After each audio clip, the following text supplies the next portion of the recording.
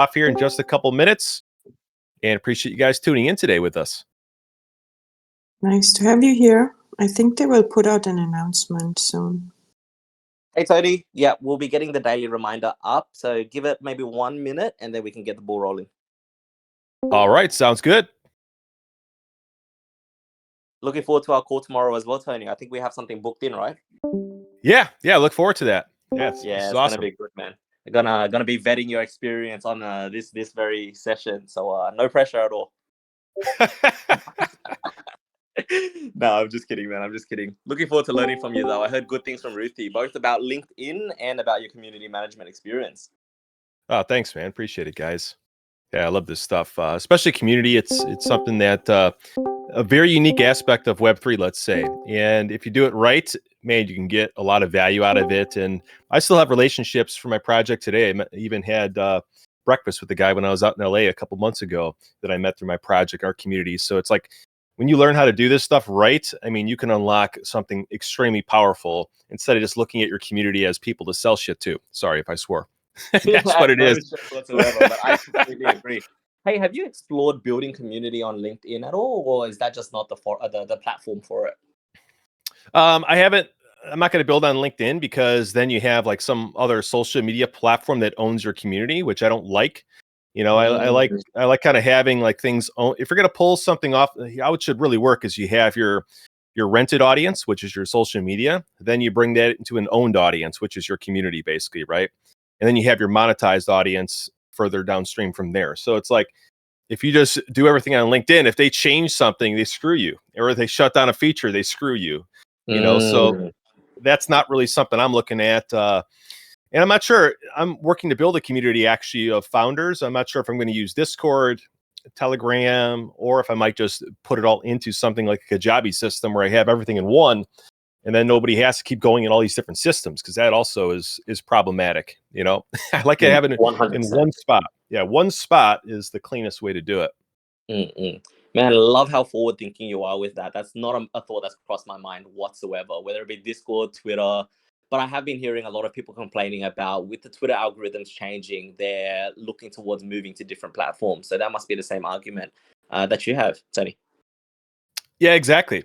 Because, yeah, I mean, you're kind of locked into whatever they want to do. And if they want to discontinue a feature set, you could lose your whole community. You know what I mean? Or if they, like you said, the algorithm.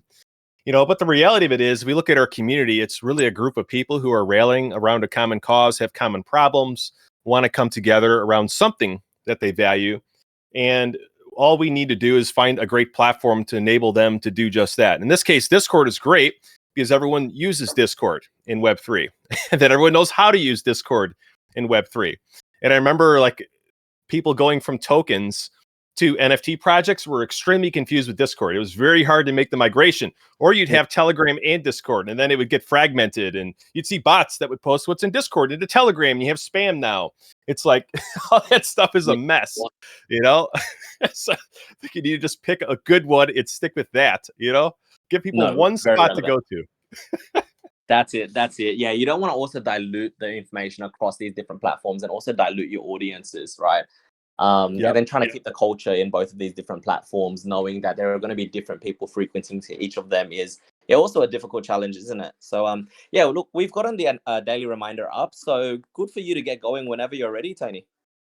All righty. Get started right away. Let's see. Yep, this is what I want. All right, you guys should be able to see my screen here. Can you see it all right? All right, I just changed my display settings. Yep. Can see it. 1 second. Yeah, 1 second here.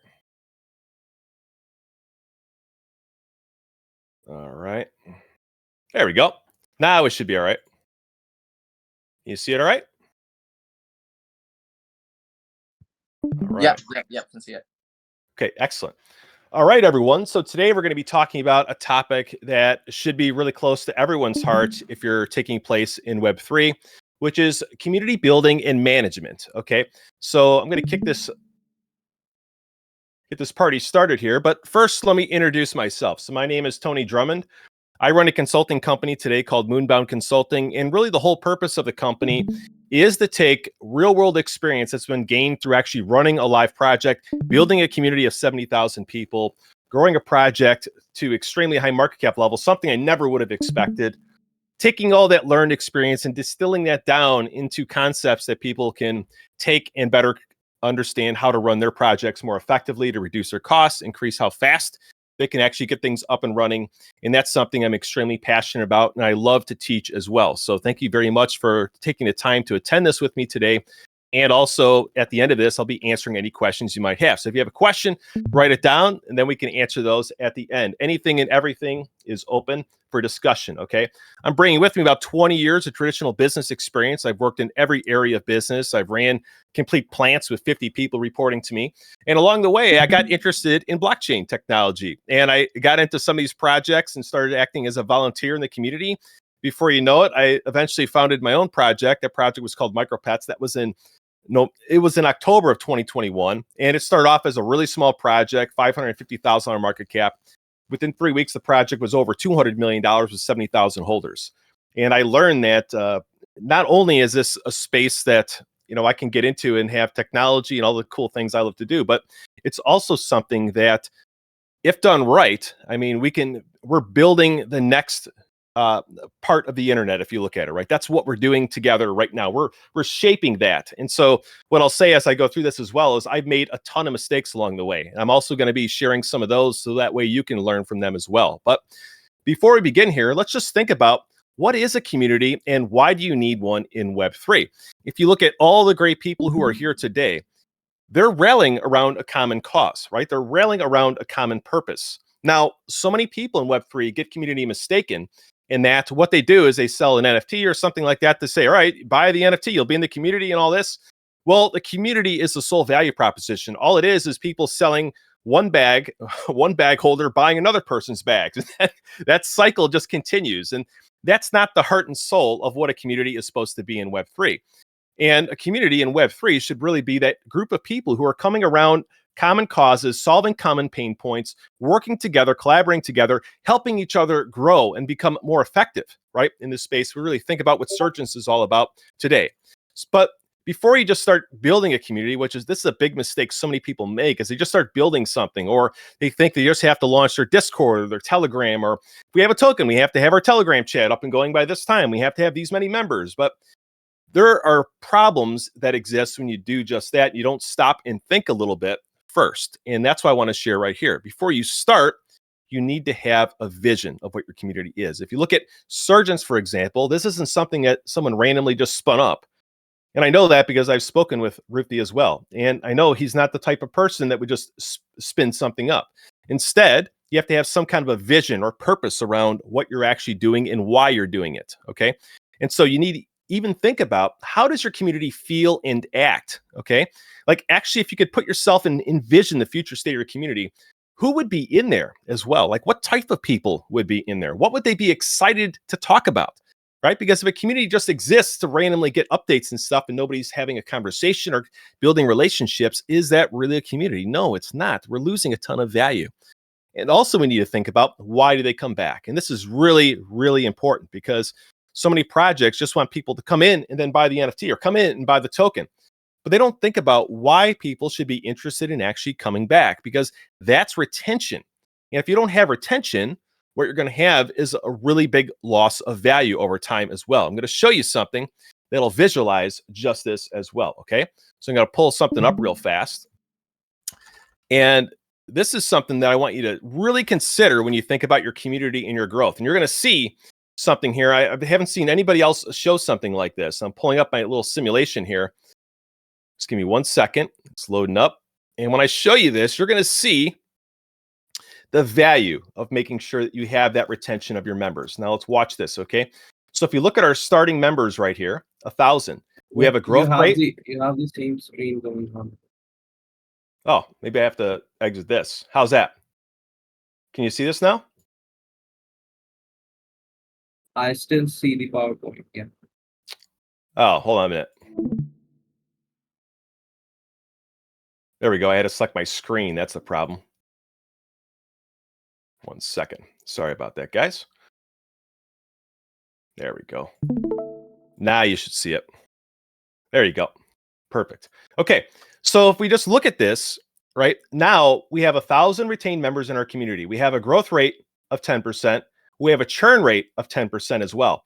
Let's look at what actually happens to our community. And you've probably seen this happen in the community where it looks like the member count is staying stagnant. It's not growing. It's not going up. It's not going down. But really what might be happening is new people are coming in and people are also leaving. The same amount that come in, the same amount leave, essentially. And so what you're doing here is you're losing a ton of value as well. If it costs you money to acquire these people and they're leaving, let's say the acquisition cost is just $5. Let's bump it up to 10 and look at how much this starts to rise the value that we're losing in our actual project through having churn in our community, right?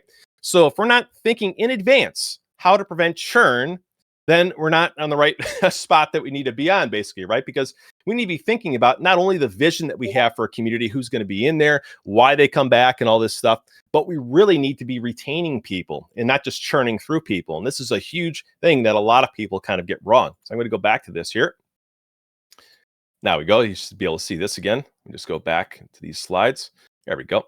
So that's why I wanted to touch on this, to just show you that little simulation I built, because so many people just think about churn, they think about growth, they don't actually visualize what's actually going on when they see that number staying stagnant. They just think they're not growing.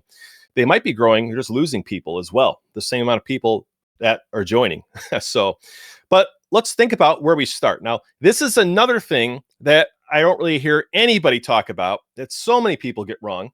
And that's, how do you actually start off and think about who you want to actually bring into your community? And there's a reason behind that, okay?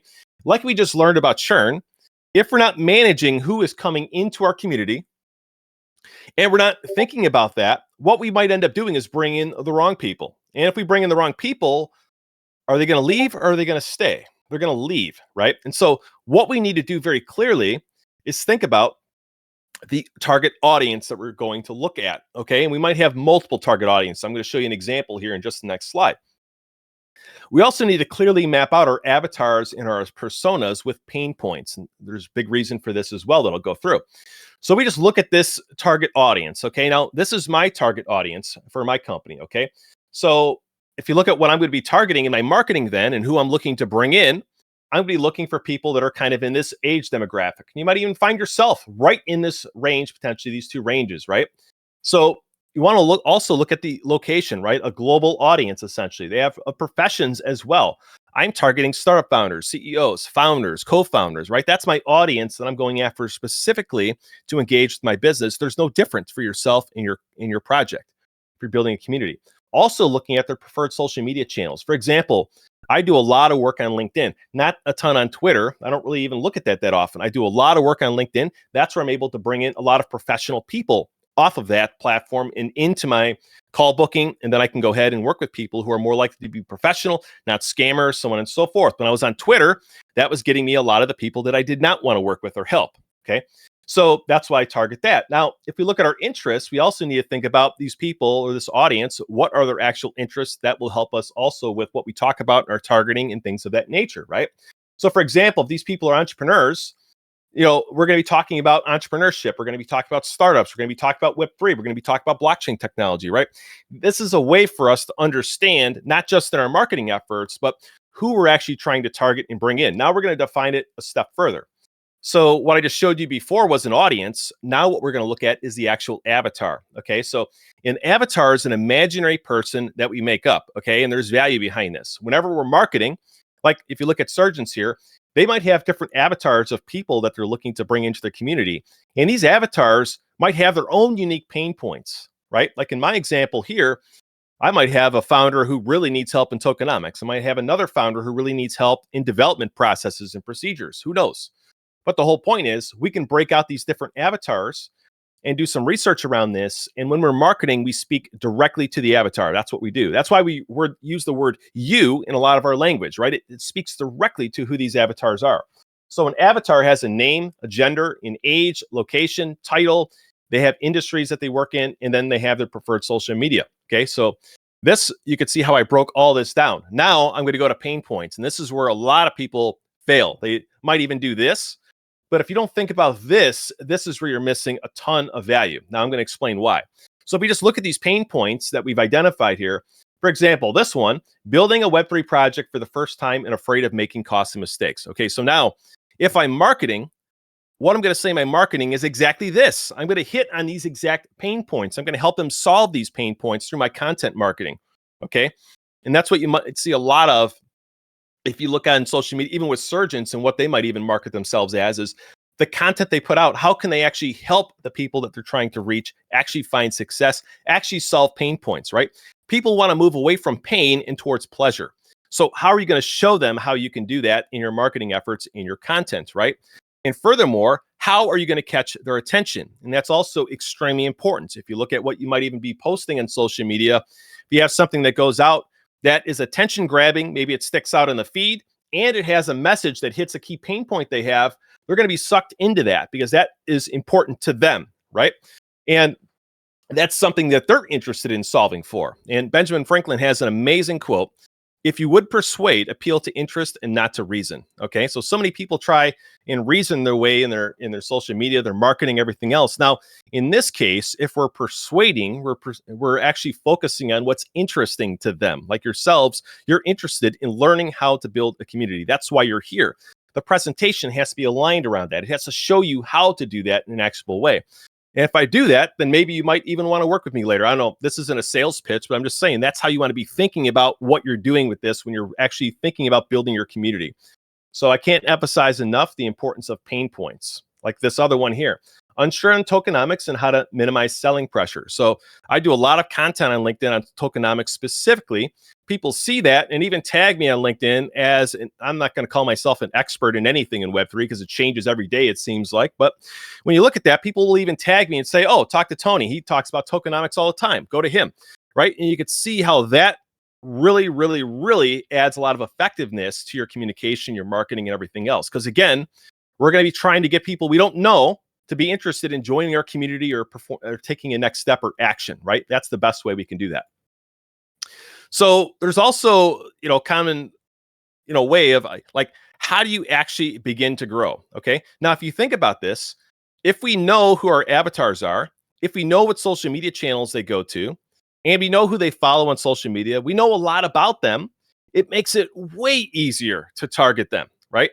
And a common problem that exists within a lot of projects is, how they begin to grow is they go to influencers and KOLs and things like that. And what they will do is they'll just pay them to go ahead and shill their next token. Well, here's the problem with that.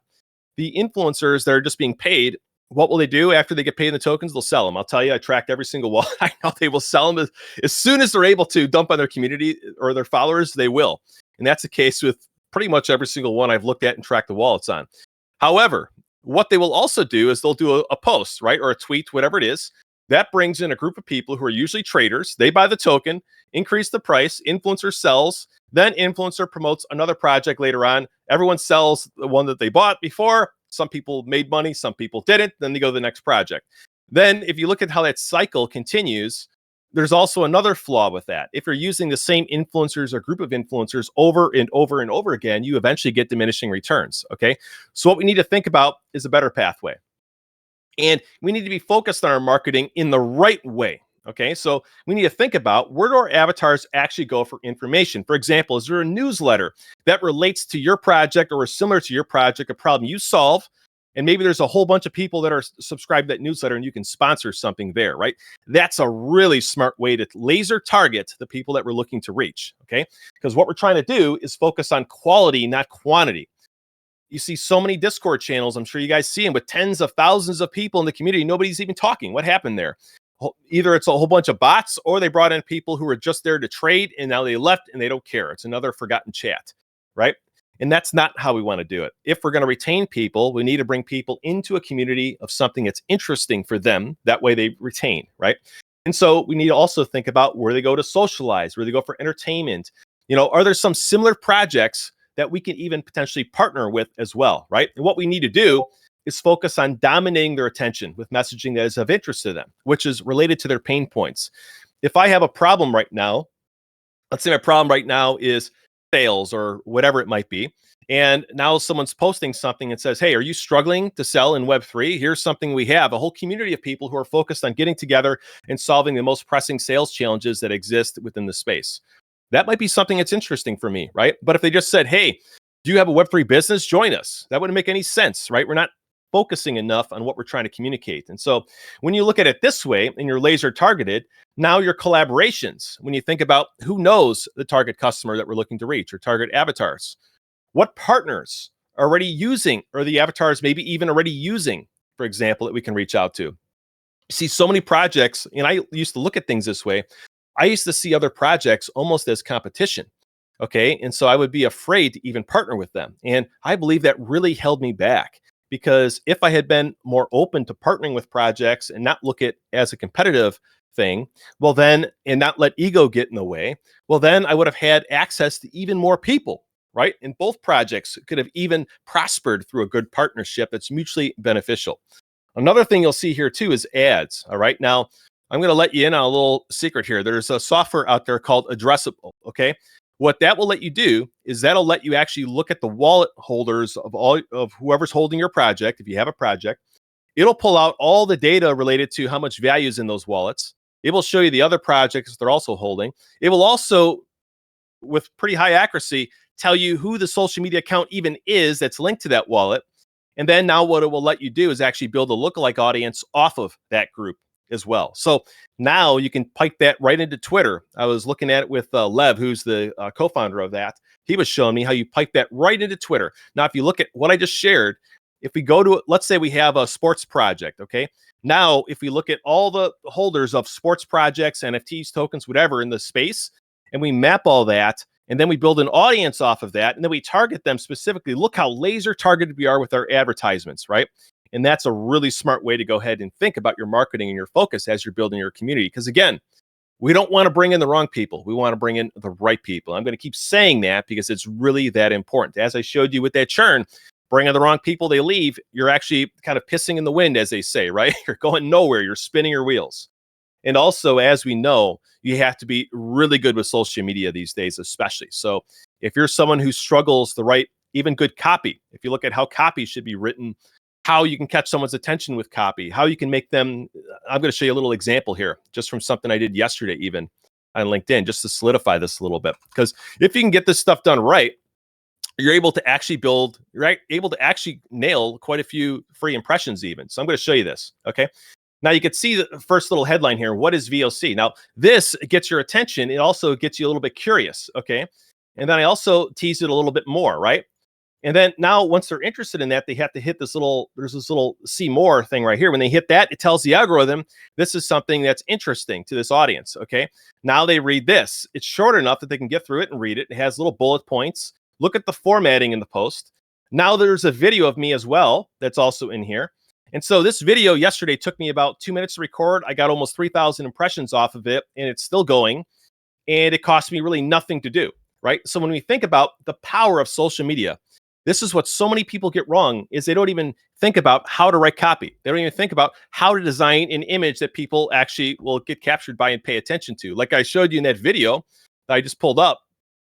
If you look at the background, even that's in my Zoom background, you'll also see that, or my OBS rather, look at the background in it. See how it stands out? It catches attention.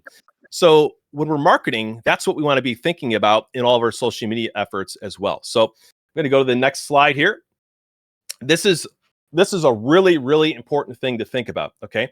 What we need to have is a crystal clear journey for our actual avatars, all right? For example, if we post something on social media, and let's say our avatar is interested in, and then they click on our Twitter bio or Twitter profile, and we don't have a strong call to action, we don't have a link to our community, we don't have anything that leads them directly towards the community, why would we expect someone to eventually join the community? We should not, right?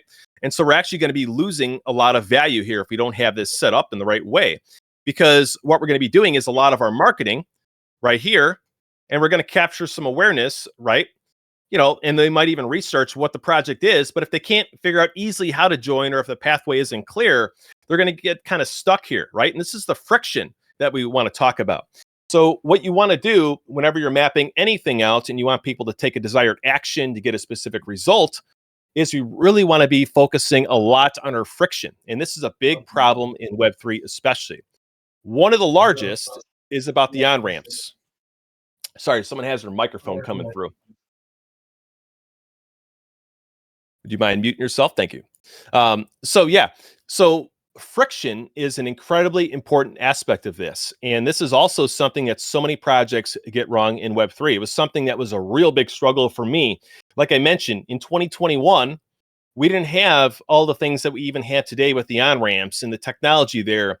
It was really rough for me just to find a way for somebody to buy our token through our D app without having something custom built. And we had to use something called Flues, and it cost us $3,500. And at the end of the day, it was something you just embed into an iframe in your website or your D app.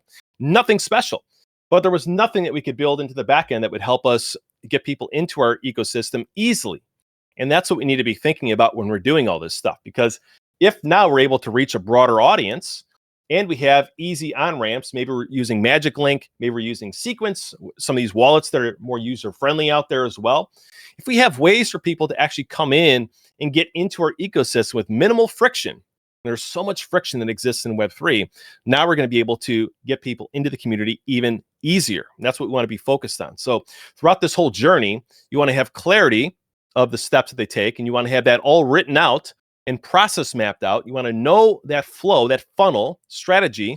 And so now you can actually see in front of you where things might even break down. Okay, I'm going to show you something in the next slide after I talk about metrics that'll also help enlighten you on this. And this stuff is going to be really powerful when you take into account what I'm going to show you just next. But now here's something that so many projects get wrong. Somebody joins the community, and then they join that, and then nobody even welcomes them or says hello. You don't have a mod that says, hey, like for example, I joined, nobody says, hey, Tony, great to see you. Let me tell you a little bit about a project. Do you have any questions? Or guess what? We're having an event this Friday. We're going to do some poker, have some fun. I'd love for you to join us. You know what I mean? If you think about how that sounds, and that's how I used to actually do it in our community. When people would join, I would leave a voice note and say hello. I would welcome them into the community. And my role wasn't community manager. My role at the time was CEO, CTO, and co-founder of the project. And I still took it upon myself to think about myself being present in the community, what that might have on people's, perception of the project from a professionalism standpoint. And also, people told me that they liked the way my voice sounded. And so what I did is I said, all right, people are saying that they like this. Let me actually use this to my advantage. So that's how you want to be thinking as well. If you have, let's say you have, you could speak really clearly, or maybe you can design something that looks really nice. You're great at doing video editing. Well, if you have something really simple that plays when people first come in, it welcomes them in a nice way, gives them a little brief overview of the project. Maybe a mod says hello and welcomes them in. If you think about that experience, that's an amazing, amazing experience. Much better than commonly what you see in the space is, oh, we got another bag holder who just joined. Let me sell them an NFT. Let me sell them a token, right? Not even getting to know the person. And that's where a lot of the problems kind of set in. You know what I mean? So when problems set in like that, that's when you have, that's when you really start to have like your churn and things like that really go awry. But one last thing I'm going to share here is this retention. Okay. This retention is so important because,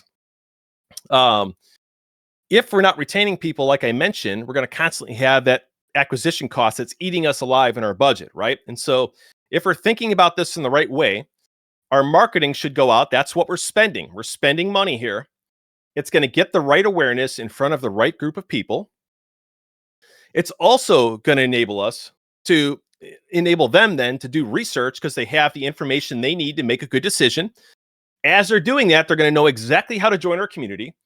As they join the community, they're going to be engaged right away. We engage them, catch their attention. We say hello, we welcome them. And then we also help try to retain them through some of the activities and things like that we might even do in our community, just like you are all here right now. Okay. So this stuff is extremely important. Now, I want to show you something else that's also important here is, let me go back, this right here. All right, 1 second. Okay. So I wanted to show you this because so many people get this wrong as well. Let's say we have 25,000 followers on Twitter. Okay. This is our rented audience. Okay. We do not own this audience right here. And there's other examples of this as well. CoinMarketCap. All right. You could be on their watch list, CoinGecko, social media influencers, social media channels, right? This is our rented audience. And what we're trying to do here is we're trying to convert from the rented audience, whatever it might be, into our own audience. And I'll tell you, How you guys can even think about this. If you think about the AMAs that maybe you've heard in this space, and the AMAs that you've heard in the space, how many of them actually have something where they say, hey, at the end of this AMA, we're going to do something exclusively in our community for everyone who's still listening at the end of this, right? And then now if you think about that, what am I doing? I'm bringing them from the AMA's audience into my community. And while they're there, I'm showing them that the community is fun, that it's engaging, right? And that's what we're also kind of working on, right? You know, sorry about that. You know, so anyway, if we're focusing this direction, then now if you think about what we're able to actually do is specifically bring people from this rented audience into this owned audience and actually track this metric. Okay. People don't even look at this commonly. So if I have 25,000 Twitter followers, only 2,500 Telegram members, I have an opportunity to convert more of these people into this. Okay. Which is extremely important. Now you'll find most people will not just buy something until they're actually in the community in our space. Right. And so that then becomes our monetized audience. Once somebody joins your community, that doesn't mean that they're actually a holder of the project, right? They could join the Telegram chat, they can join the Discord, they can sign up to an email list, but these are mostly chatters. And that's where a lot of the challenges kind of set in. And people look at the community number and say, look at all these people we have, this, that, the other thing. But they're mostly chatters. They haven't bought anything yet, right? And so what we also have to recognize is people also need a little bit of time, information, or whatever, maybe not the right market timing to be able to buy the token, asset, whatever it might be, and actually join the project. And this is also where a lot of people get things wrong. If you look at this and you start looking at your holder count, which you can pull up real easy on any token, right? We could pull up this in any token really fast just by pulling up the contract in any of these tools and scanners, right? I'll show you that in a second. So if we look at, I'm just going to pull up, let's just pull up Pepe because it's a little fun project, okay? So we're going to pull up Pepe, and all we got to do is click this right here. And what we can do is we can go right in and we can see how many holders we have, okay? You can even see it here, but now I can see the holders list. So if we look at this and we say, wow, we have 138,000 holders here. We have a ton of holders, but what if this was only like 2,000? And what if in our social media we had 200,000? And right here in our chat we had, let's say 50,000. We had hardly any holders. We did not do a good job of converting, right? And that's what we have to be focusing on in our project is actually sales and conversions, right, into the community as well. So now if we're able to look at these three metrics, how they work together, and we see that this is high, this is low, there's opportunity that exists between these two things to go ahead and convert even more people into that, right? And that's why I talked before about addressable as a software solution, because as a solution for your marketing efforts, because if you can look at, and let's say we see our holders or our followers or whatever, we see that there's tens of millions of dollars worth of value in the wallets. And we look at our liquidity pool of our project and let's say it's only 100 grand. Well, if we want to double our price, we can bring another 100 grand of buying pressure. And so the better job we do of converting within our community through building trust, the more likely we are to go ahead and bring our price up. Now, there's no better form of marketing in this space than the price going up, as you guys all know. So we start thinking about how all this stuff works together. That's really the name of the game. We have our rented audience. We go ahead and convert people into the community. And from the community, we begin to build trust. Know, like, trust. And as we build that trust with people, as they get to know us, as they get to trust us, they'll be more likely to take action and be part of the community. And granted, yeah, you'll have some apes that just come in. You guys know how it works. Sometimes I do that too. But at its core, we want to build a community of people who are actually interested in what we're actually doing. Why is that? Because we don't want them to churn later. Like I keep mentioning, we do not want them to churn later and leave. That's a ton of value that's lost. Okay. So what we also want to think about, as I showed you, are the growth goals. And this is another thing that so many people get wrong. I work with a lot of projects and I say, all right, I'm going to ask you to pull up two things. Thing number one is your avatars. So I know who you're targeting, what are their pain points, what you're doing in your community. And the second thing I want you to pull up are all your KPIs for growth. Pull them up right now. Nobody has ever been able to do it. And so many people are trying to go ahead and grow their community, but they don't even want to do the boring work that's necessary in the beginning to make sure that they're doing so in a very good way, in a way that's almost like scientific, and they look at it. Okay. And so if I were doing something like this, and maybe you're looking to grow your community and with your team, here's what I would do. First of all, I would define some simple KPIs for growth. Like I just showed you, our social media numbers, our holder count, right? We look at that alone. Now we can assign some very simple growth numbers. Maybe it's the average engagement per post, the average number of replies per post, whatever it might be that you view as important. It's up to you and your unique project. But if we're measuring just a few simple things, I would not go overboard and have 20 KPIs to manage and get all that mess. I would think very simple, okay? And I would break those down, let's say three of them only. Then what I would do is I would challenge the team and say, team, I want you to identify some experiments we can run to improve these numbers. Now, if you look at how I phrase that, I want you to define some experiments we can run to improve these numbers. It's an experiment. What I've done is I freed them from failure. So if, for example, the idea that they have doesn't work, we say, okay, the experiment failed. That did not work. What else are we going to do next, right? Now, if you think about that way to lead your team, we think about that way to engage your team, you're taking their unique ideas, you're enabling them in their brilliance to actually come up with their ideas. That increases their buy-in. That makes it more likely that they're going to want to do it and have accountability for improving that result. And if it fails, which things do, this is marketing. The market's all over the place. It could easily fail.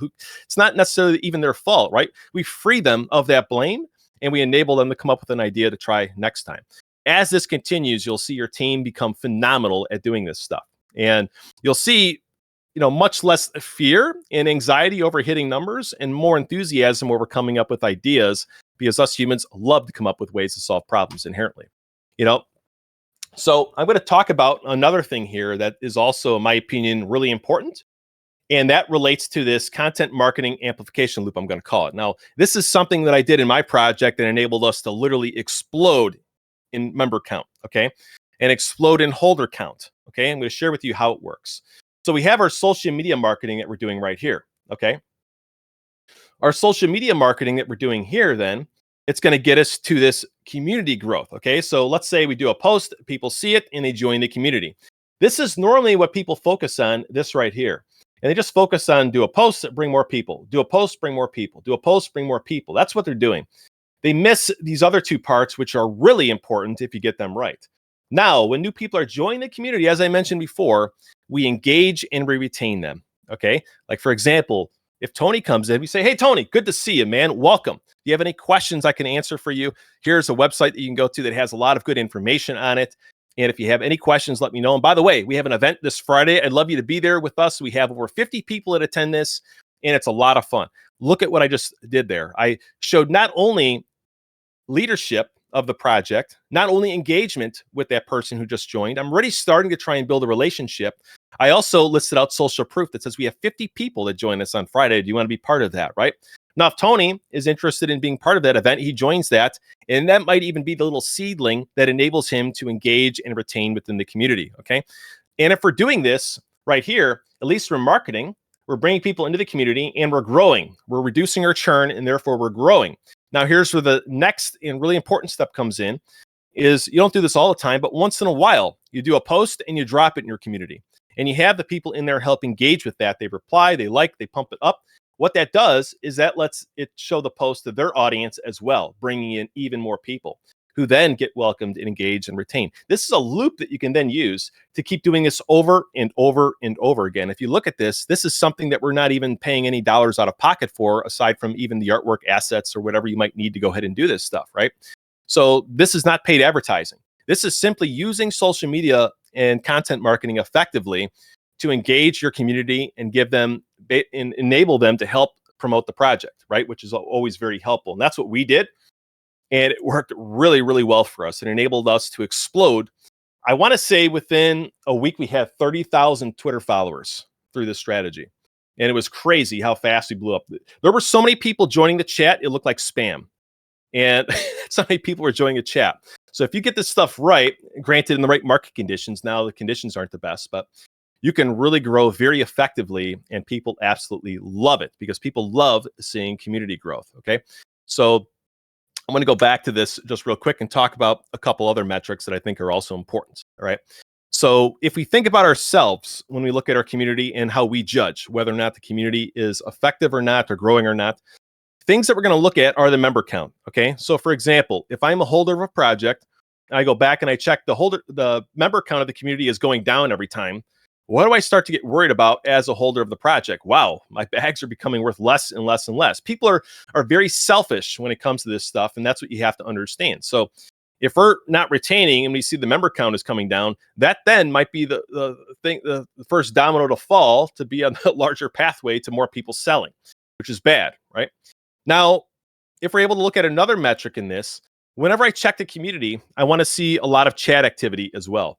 What that communicates to me is the community is active, right? For example, if I shut down for the night and I go to sleep and I wake up and I see there's only 50 new messages to go through, that might tell me that, and it's a global community, that might tell me that, wow, this project is really starting to die. It never used to be like this, right? So what we need to think about, and I encourage you to think about this, think about what you pay attention to when you join a community. Think about what numbers you look at, what metrics you pay attention to.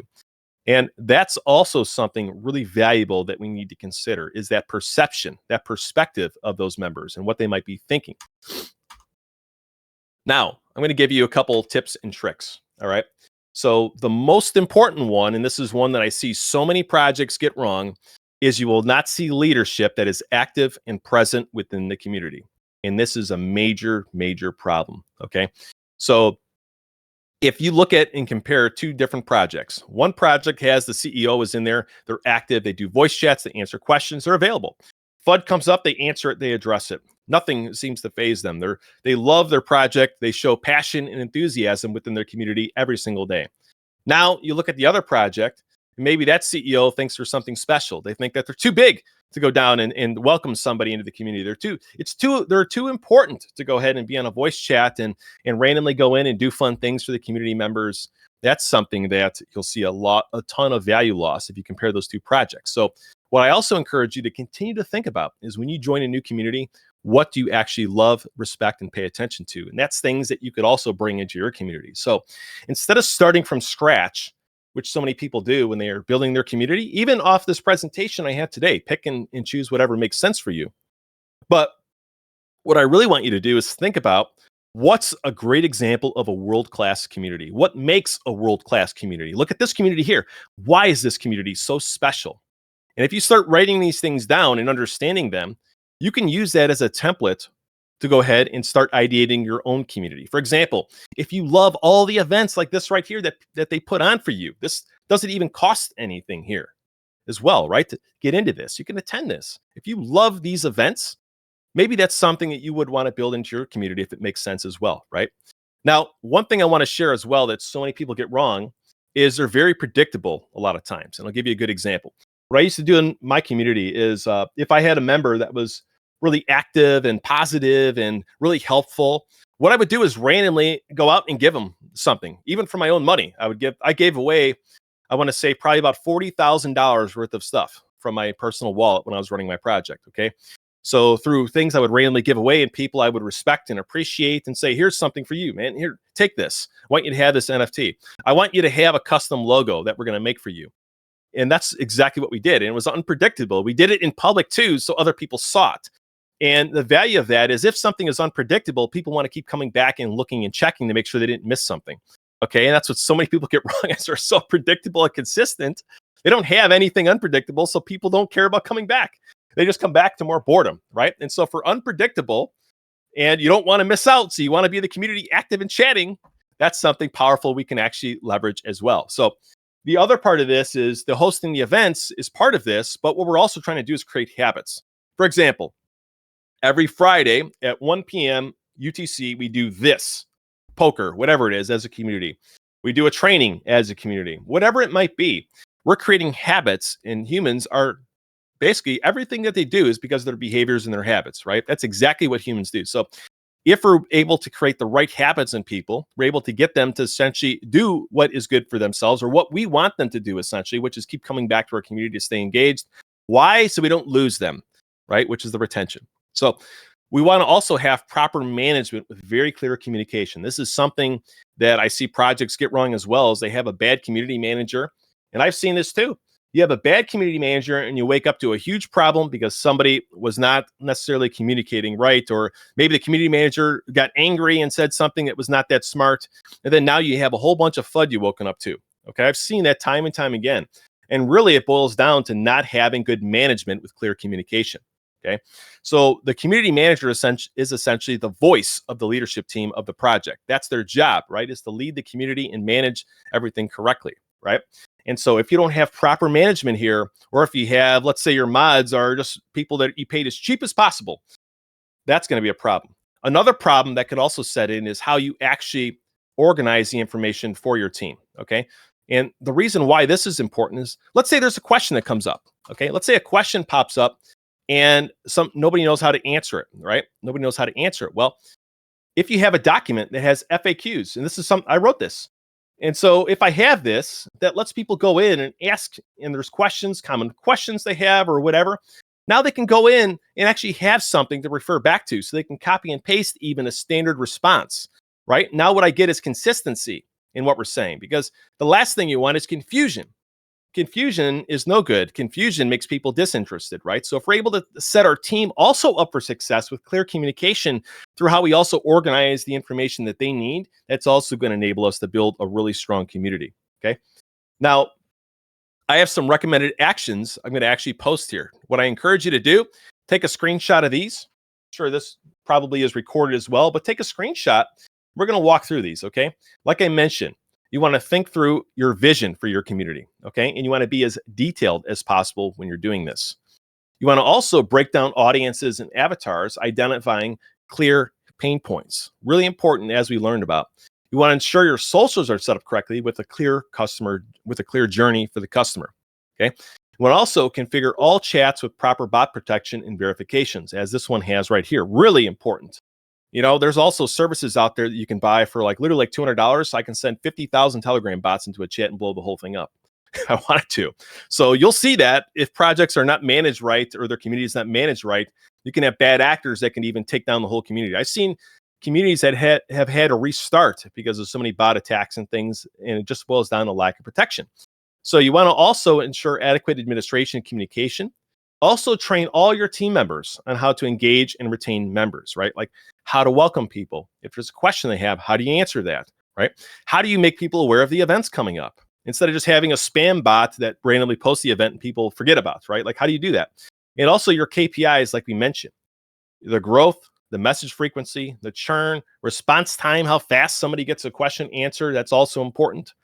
You know, like before I joined this thing here, I went in, I looked at the general chat, and I saw that there was also a lot of activity right now at this hour. People were speaking there. I'm like, all right, that's a great sign. There's going to be people here to attend my presentation. You know, and that's a perspective that I need you to have as you're thinking about your community. Is that's how people judge your community. Is it active? Is it growing? Is it valuable for me? The events, they actually have people attend, right? These are things that people are judging. And if it doesn't look like it's working or successful, they're not going to be as interested in it, right? Because that's just social proof that we're going to leverage, right? If we have 50 people that join our event every Friday, people are going to be part of that. So we can increase to 60, 70, 80, 90, 100, right? That lets us increase. Also, your voice chats and your collaboration schedule should be established as well. And also, we want to use the content marketing application loop, like I showed you, to enable more rapid growth. Okay, that's also extremely important. Now, I'm going to give you something here that's really special. So you can go to this moonboundconsulting.com/checklist, that PDF. And I'm also going to take this and I'm going to drop a link in the general chat for you guys as well. Okay, if I can go find, there we go. There you go. I threw it in the general chat. Okay. And so what I want you to think about as you look at that, and we're going to pull it up here and just look at this. So you're building any project in Web3. This is something that you have to take right now. Okay. I'll show you when it loads up. So this is a little checklist here that encompasses 175 different actionable items to prepare, launch, and scale in Web3. Okay. So what you're about to read is also a direct mind dump from me in all these different areas: tokenomics, marketing, community development, your website, your operations, your roadmap, your pitch deck, your white paper, your legal and compliance, your outsourcing, and even how to cut costs. I've spent over $1 million marketing my own project in this space. I spent hundreds of thousands of dollars developing. I am a full stack developer. So when I show you these things in this checklist, now you're able to go through this and actually make sure that you have these items established for your project if that's what you're building. So this encompasses everything throughout the whole project, basically. That would be very valuable information to either know now as you're starting or in the future. You could even see, like I mentioned today, right here. Target avatars, personas determined, including pain points, right? So what if you forgot that? That's really important, right? We don't know who we're targeting. We're just marketing at people and hoping that we get new users to come in, right? So this is something that you have to take and actually use. It's going to be extremely valuable for you, all right? I'm going to stop sharing my screen now. And let me know if you have any questions or anything on community building. We can take about 10 minutes and answer some questions.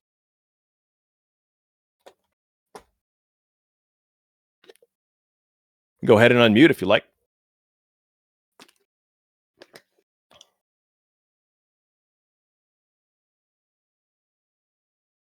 GM Tony. Yeah. I was wondering if we could get this these slides like as a course. Oh, sure. Yeah, you want the slide deck? As a little handout? Yeah. Yeah, so I can get that to you. 1 second. If that's okay, All I right.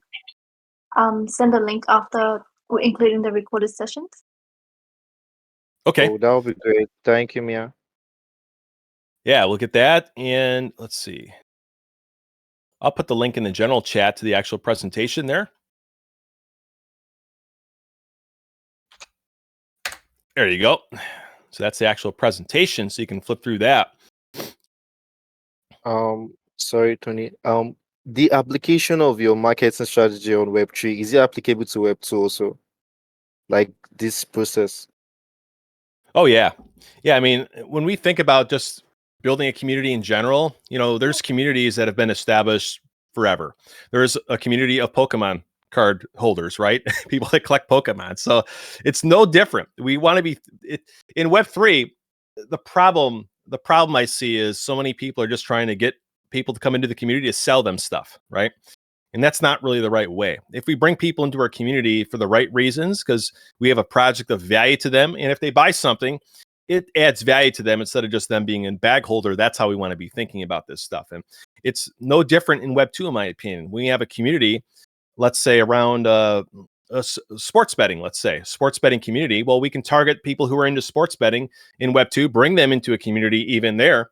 And then later on, maybe we have a project that uses blockchain technology, and then we have a Web3 project, and we take those same people and we get them interested in the Web3 project. That could also happen, right? So at the end of the day, people are people, and that's how we want to be thinking about this. And so many people just try and see how many people they can bring in and sell stuff to, and that's not really the right way. It'll never work.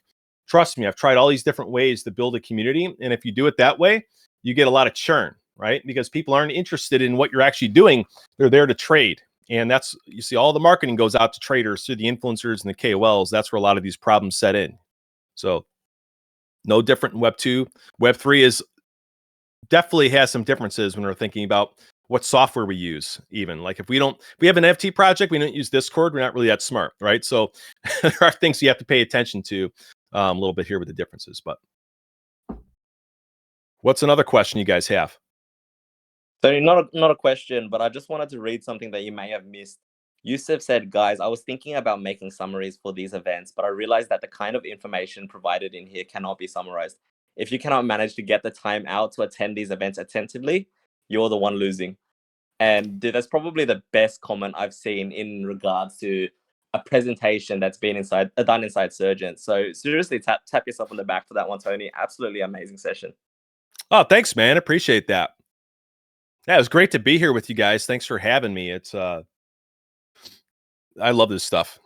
Always, man. And if you have any other topics that you're a subject matter expert in, which community management, there is no doubt you're probably one of the best presenters I've listened to and heard from in pretty much forever, then definitely feel free to come by again as well and speak to our community. Because if you check the chat, everyone is just going on about how good this session was. So everyone, we've heard your thoughts. You all think this is an amazing session. Now I want you to challenge some of the ideas that have been brought up.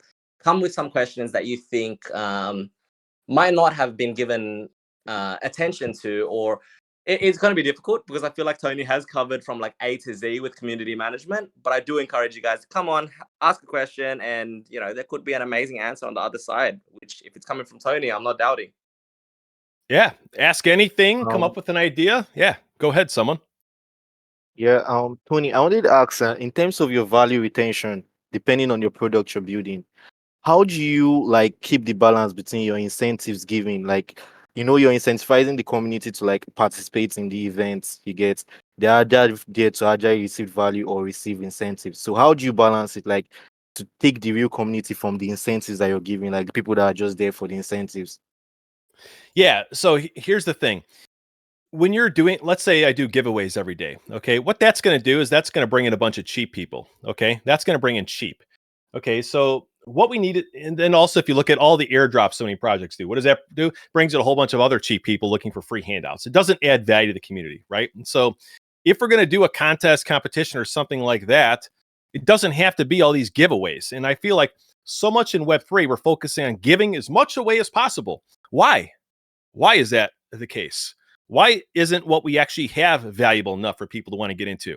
Right. So if, for example, if I have to, McDonald's needs to give people a free hamburger to have them come into the actual restaurant, that sucks. You know, so many people are like, all right, what's the balance? All right, here's what I would encourage you to do. I would encourage you to be unpredictable with your giveaways. I would, just like I mentioned, okay?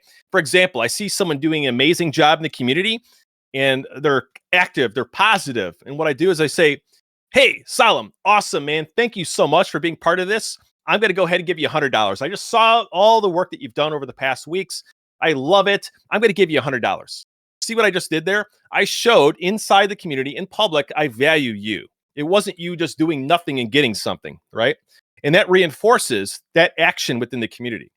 Instead of, hey, join this chat, you might be able to win $250. Okay.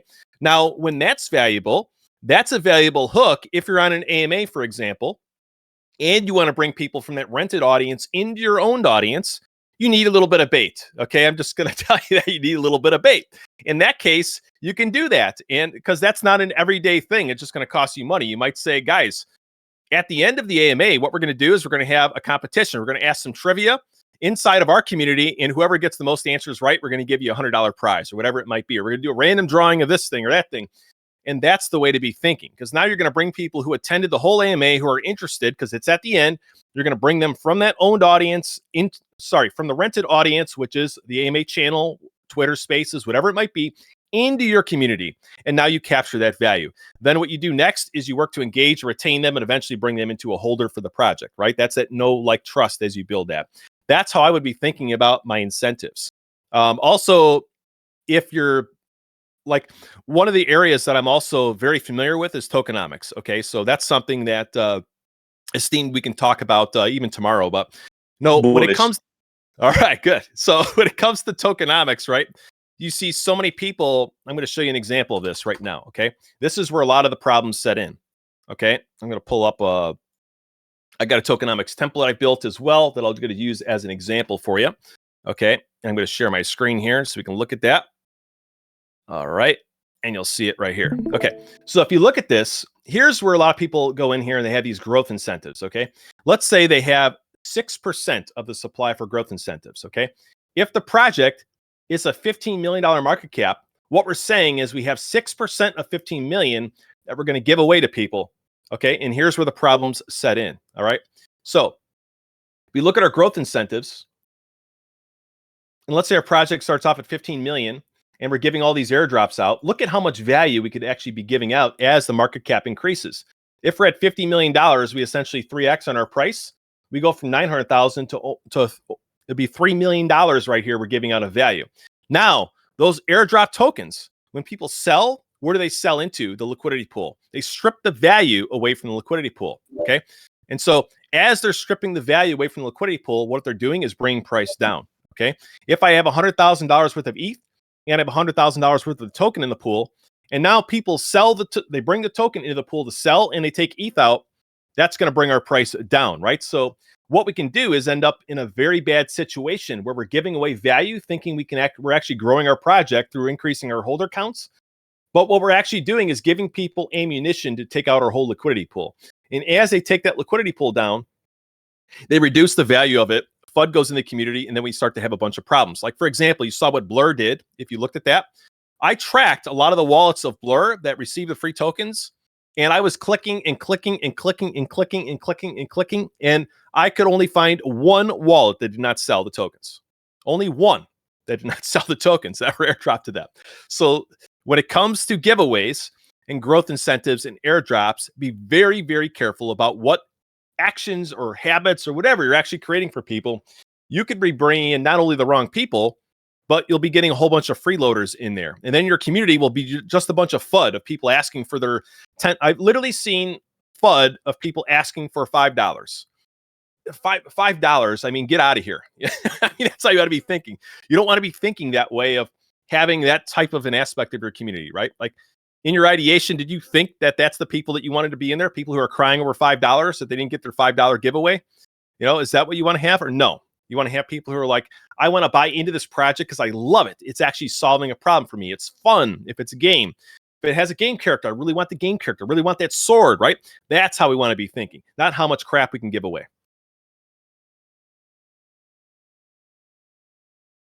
All right. I could take, let me just take this. Stop sharing. Thank you so much, Tony. You got it. Thank you so much for the answer. I'll take one more question if you guys want to ask one.